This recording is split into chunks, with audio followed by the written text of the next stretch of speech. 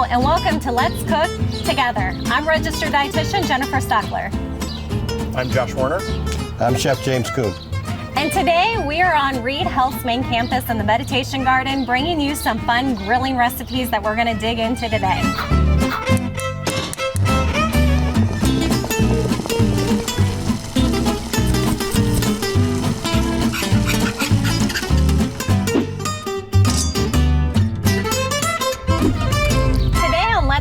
Together, we are bringing you some fun grilling recipes for this summer, and we're going to begin this recipe with a brine that Chef has here for us.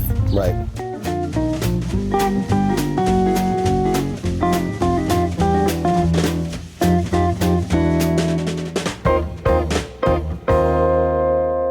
So welcome again, and so we're going to start with the brine, and it's a citrus brine. So what we're going to do is start with 2 cups of orange juice. And this is just an easy brine. We're just going to mix all the ingredients together, and that way we can soak our chicken. This is going to be 1 cup of salt. It seems like a lot, but you know, it's a brine, so it's not an actual seasoning. It doesn't actually go on the chicken. It just kind of sits in here. Overnight is always best. Couple hours is more than enough though.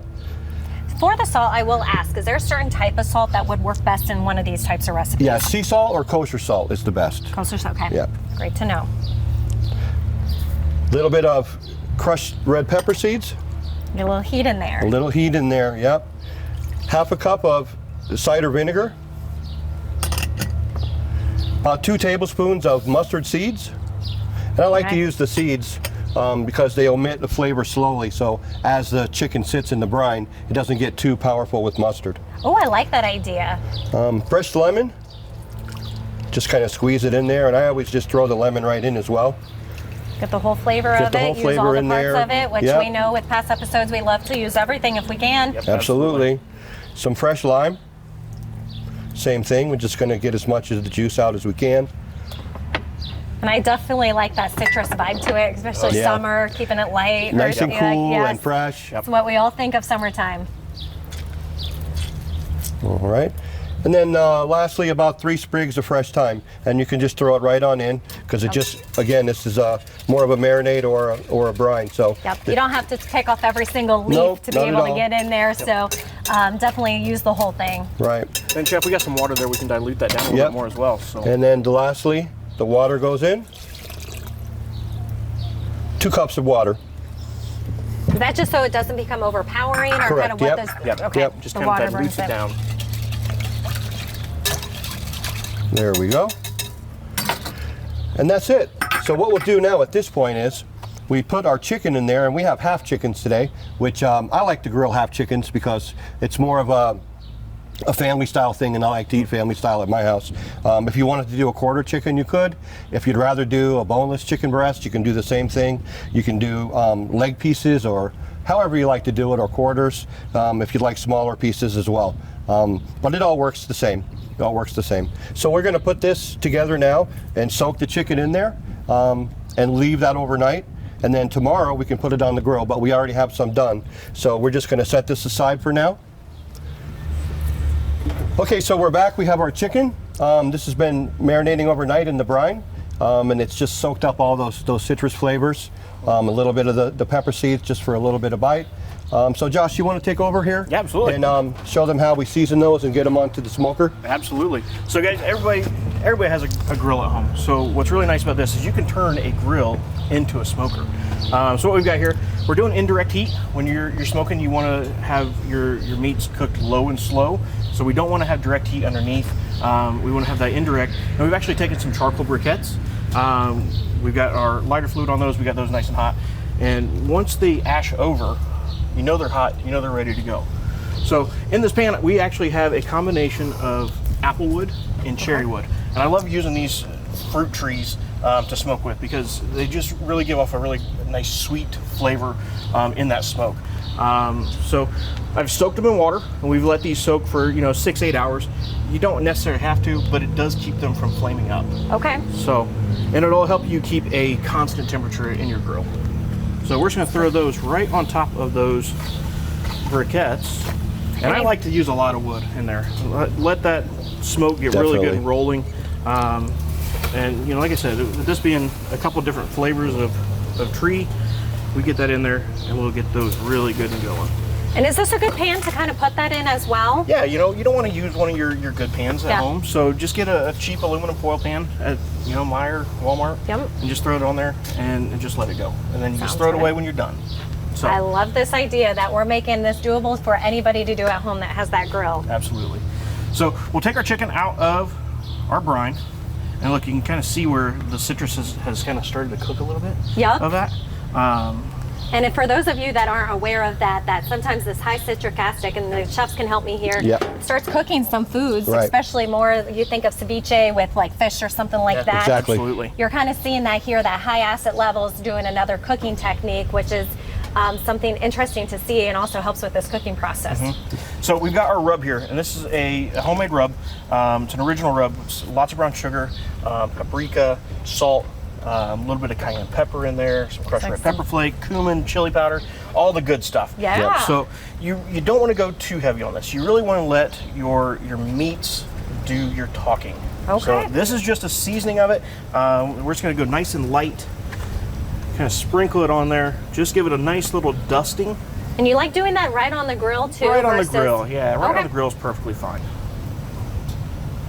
So give it a nice little dusting. Make sure you get underneath the armpit and in those wing joints. Get that seasoning all around there. So now it's ready to go. So chicken, we need to cook that to 165 degrees. Cooking it low and slow. Our temperature that we're shooting for on this, we're cooking around 250. So we've got the grill turned on, the gas turned on to low, and we're shooting to keep a temperature of 250 degrees in there to get that brought up to 165 degrees. Sounds great. So we're going to shut that grill and we're going to let this go to work. Yep. Sounds wonderful. Can't wait to see what it's going to look like here in a little while. Right.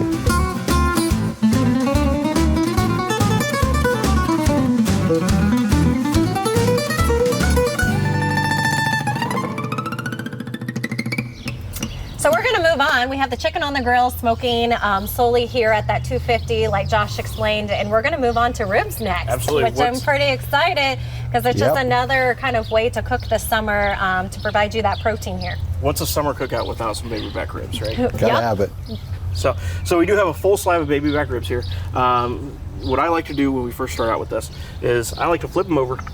These still have a membrane on the back that connects all the bones.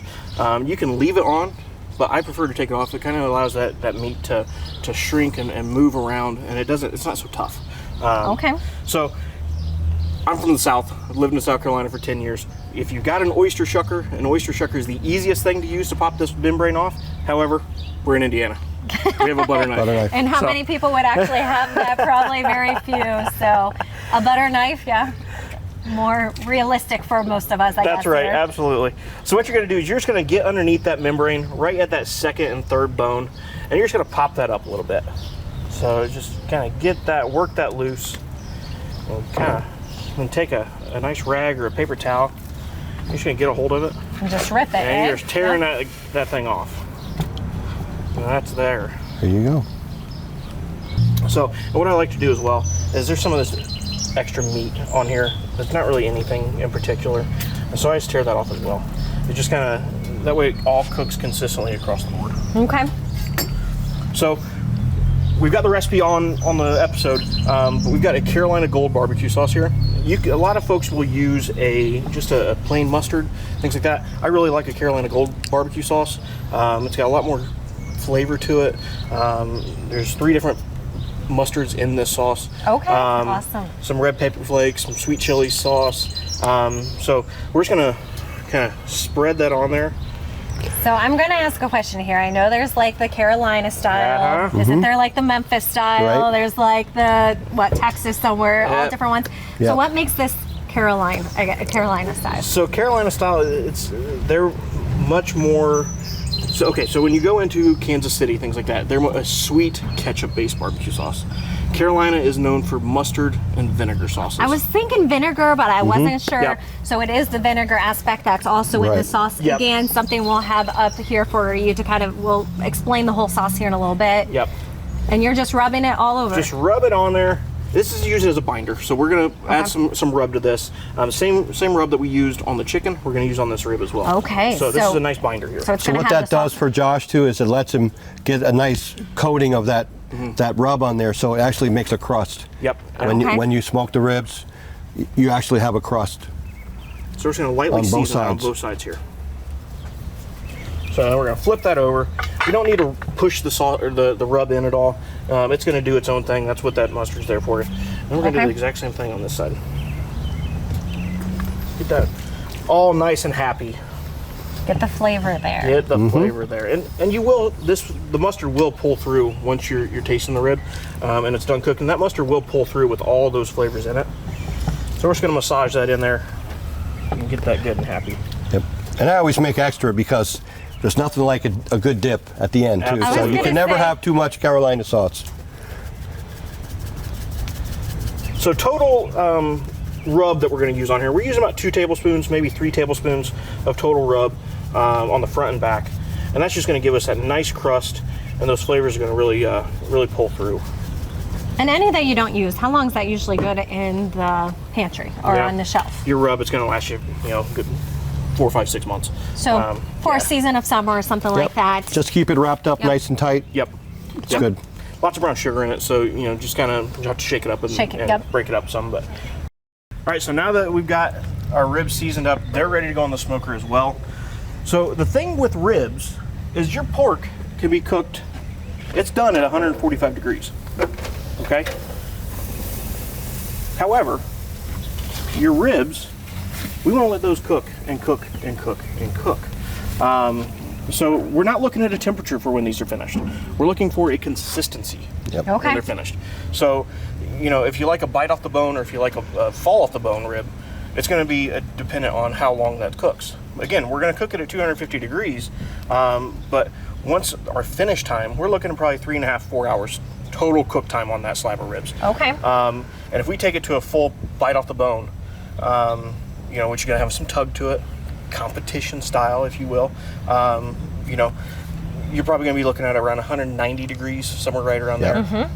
Take it to 200, now you're going to be fall off the bone. Okay. Now, that temperature is going to change depending on which bone you're at as well. Yep. So following the whole temperature, we teach, often, you have to cook your meat to this temperature or this temperature.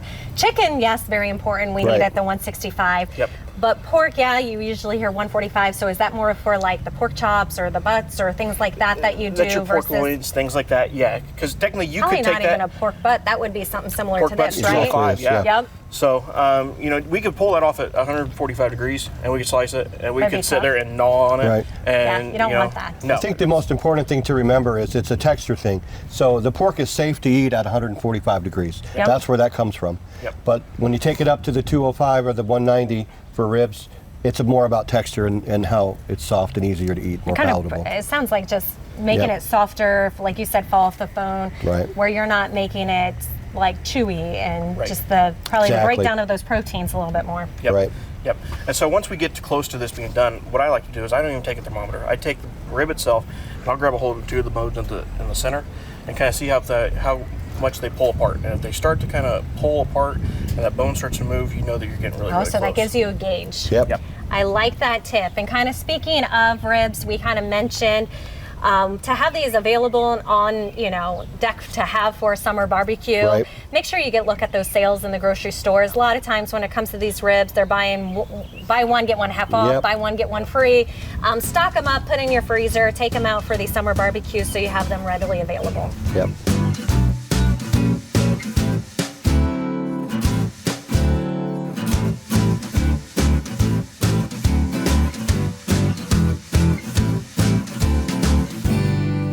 Well, now that we've got our ribs cooking, we need to have our sauce to finish them with. And now we're going to go with more of a sweet, tangy, ketchup-based barbecue sauce is what we're going to make. So this is an original barbecue sauce that we've made the recipe for. So what we're going to start out with is we've got our Dutch ovens. We love our Dutch ovens. Yes, right? absolutely. We use these on every show. We love our Dutch ovens. Yep. Multiple uses. Absolutely. So we're going to start out with some ketchup here. We're going to go right into this Dutch oven here. About 2 cups of ketchup. So this is going to be a nice sweet and tangy sauce. It's gonna have some heat at the back of it, really nice, sweet first flavor that you're gonna pick up. I say between the ketchup and the brown sugar, absolutely, I'm saying, yep. yes. So we're gonna go with a cup of brown sugar. Just gonna kind of break that up in there. And then we are gonna go with about a half a cup of apple cider vinegar. That's gonna give you that tang. Yep. And then we've got a quarter cup of orange juice. Again, that sweetness there. Yep, absolutely. But still the acidity as well. Absolutely. A little bit of the citrus notes that come through. And then I love Dr. Pepper when I'm cooking barbecue sauce. Yep, I do too, actually. So this is a secret ingredient right here, Dr. Pepper. So we're gonna use about half of this. We're gonna use about a cup and a half of Dr. Pepper here. I know some individuals growing up, I grew up doing a lot of cooking, growing up on a farm, and we did a lot of barbecues. A lot of individuals like the Dr. Pepper, but some also like the Pepsi. Yep. And so some individuals I'm going to get asked nutrition-wise, do you do the regular versus the diet? I would recommend at this point, even coming from a dietitian, use the regular. It's the sugars you're going to need in there that's going to help make the sauce.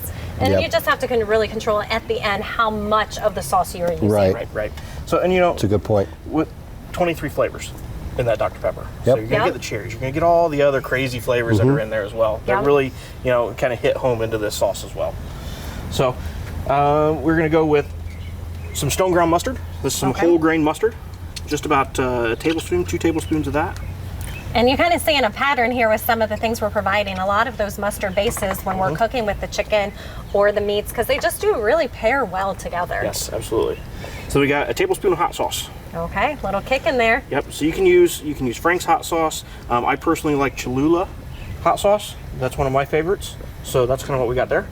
So kind of put your favorite in it. Absolutely. Sure, you can do whatever you you like. If you like, you know, crystals or any of those, you know, they all have a little different flair to them. So a little bit of Worcestershire sauce, about 2 tablespoons of Worcestershire sauce, and then some molasses. Oh, okay. Molasses. So this is a really nice, robust flavor. It's not so much sweet, but it gives you some nice hints of flavor there. It's about 2 tablespoons of that there. And then we have tomato paste.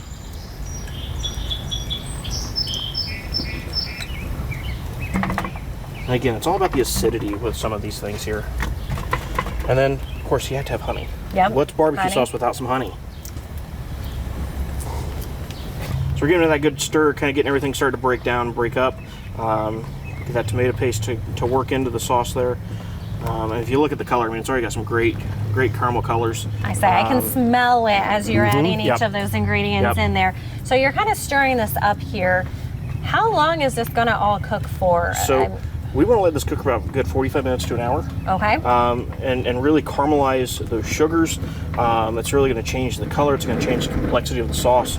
And it's just going to kind of meld all those flavors together. Okay. And are we cooking like medium heat, medium low high, medium low, low and slow? I like that. Yep. That's, again, the course of this episode. Everything you're going to see cooking-wise from the grill to here is low and slow. Yep, absolutely. No rushing. Nope. We want to enjoy it. Have fun during this in the day. Just bring it up to a slow bubble. Yep. And Just let it kind of go. So we'll add our seasoning now. This is the last steps of what we have here. So we got some onion powder, some garlic powder. There is some paprika, salt. You know, you always have to have salt in all your barbecue. Yep. Pepper, some cayenne, and just a little bit of chili powder in there as well. Okay. So we're just gonna add that right in there. Nice mixture of seasonings here. Absolutely.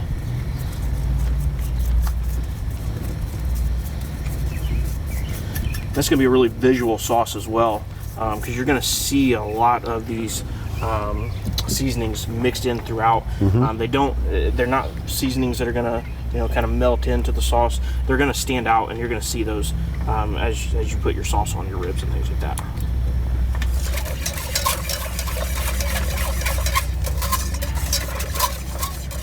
All right, so that is ready to go. We're going to let that cook. Like I said, we're going to let it cook for a good 45 minutes to an hour. Yep. Let it boil up.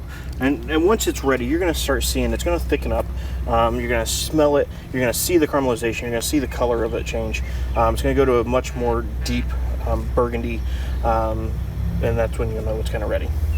Sounds good. Smells delicious already. Can't wait to see what it's going to smell like after it's cooked a little bit longer.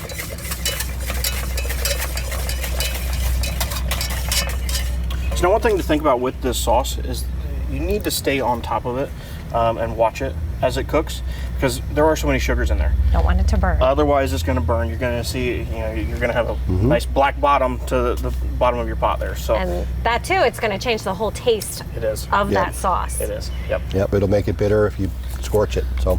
That's when you have a nice 9-year-old at home that you can be like, go stir the pot a little bit. Let's get you start learning how to cook. You're so good at stirring the pot anyway. Go stir this one. Especially when you have some multiple things going on with other dishes in the kitchen. You're making a barbecue, having those extra hands on deck, and getting them into learning this process and understanding they can make their own sauces. They don't have to go out and buy them, which I think is a wonderful thing for all of us to know. You don't have to go out and buy these rubs, these sauces. You can make your own. Yeah, and there's so many different varieties as well. You can kind of pick and choose what flavors you like. If you want a spicy rub, you can add more cayenne. You could add more pepper, chili powder, ancho powder, things like that. You can definitely personalize it for your own taste. Yep, for your and own the same taste. with the sauce. If you like it a little sweeter, a little more brown sugar. If you like it a little less sweet, a little less, and Yep, I like that as well. Individualize it to what you like. Absolutely. Okay, so now at this point, we have our ribs and chicken are ready to come off.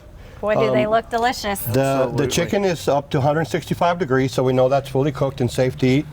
The ribs, like Josh talked about, are just at the right temperature, and they're just starting to crack in the middle, so we know that they're nice and tender and ready to go. So we're going to take these now, and at this point we like to finish them on the hot charcoal so they get a little crust on them, and we can brush some barbecue sauce on the ribs and get that all caramelized and tasting good. Yep, we're really going to crisp up that skin on that chicken. Okay. So we're going to start with the chickens here. So if I do got a question, if you were doing this at home, you're taking this off, you're crisping it up over here on the grill. Right. How would you do that if you're using your grill? So what you could do then at this point is, we're doing this to save time because we have a second grill. If you don't have a second grill, you can pull your meats off and set them on the side and then turn your grill on high. To a higher temp. To a higher temp, and then once it heats up, then you can do that. Okay. Yeah. And really where your briquettes have been, you've had that grill on the whole time anyway, so those grates are already hot. Okay. So you can kind of just slide flip it those off over to the other side? Yep. And move them right on over. Yep. Okay.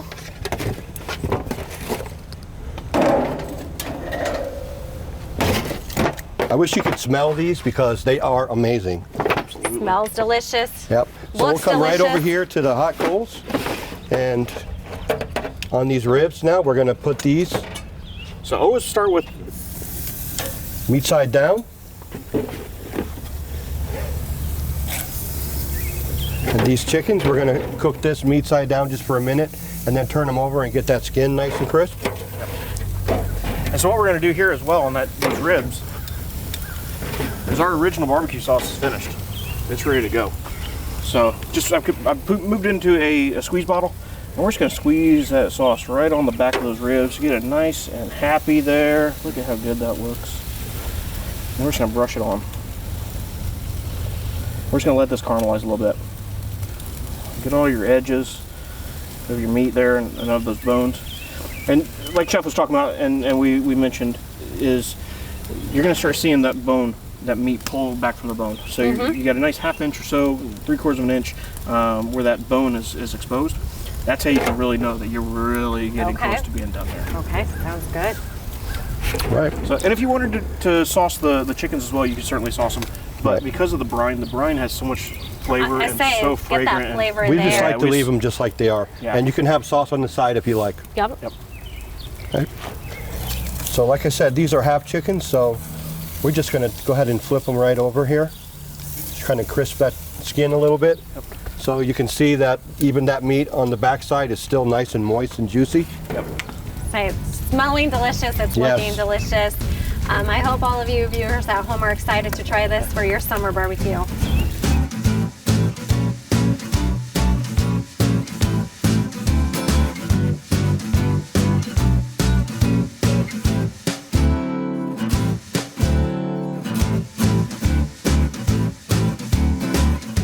One of the important things now at this point is it's always important to let your meat rest before you slice it or you cut it, because you don't want all those juices to run out and you lose them. So just a good 10 minutes. Let all those juices stay inside and kind of marinate inside under the skin and under the sauce. and let everything just get happy together. Would you say that's the same for all types of meats? About Definitely. 10 minutes, Yep. all types of meats, just 10 minutes, Yep. kind of easy thing to remember? Yep. Okay, wonderful. So.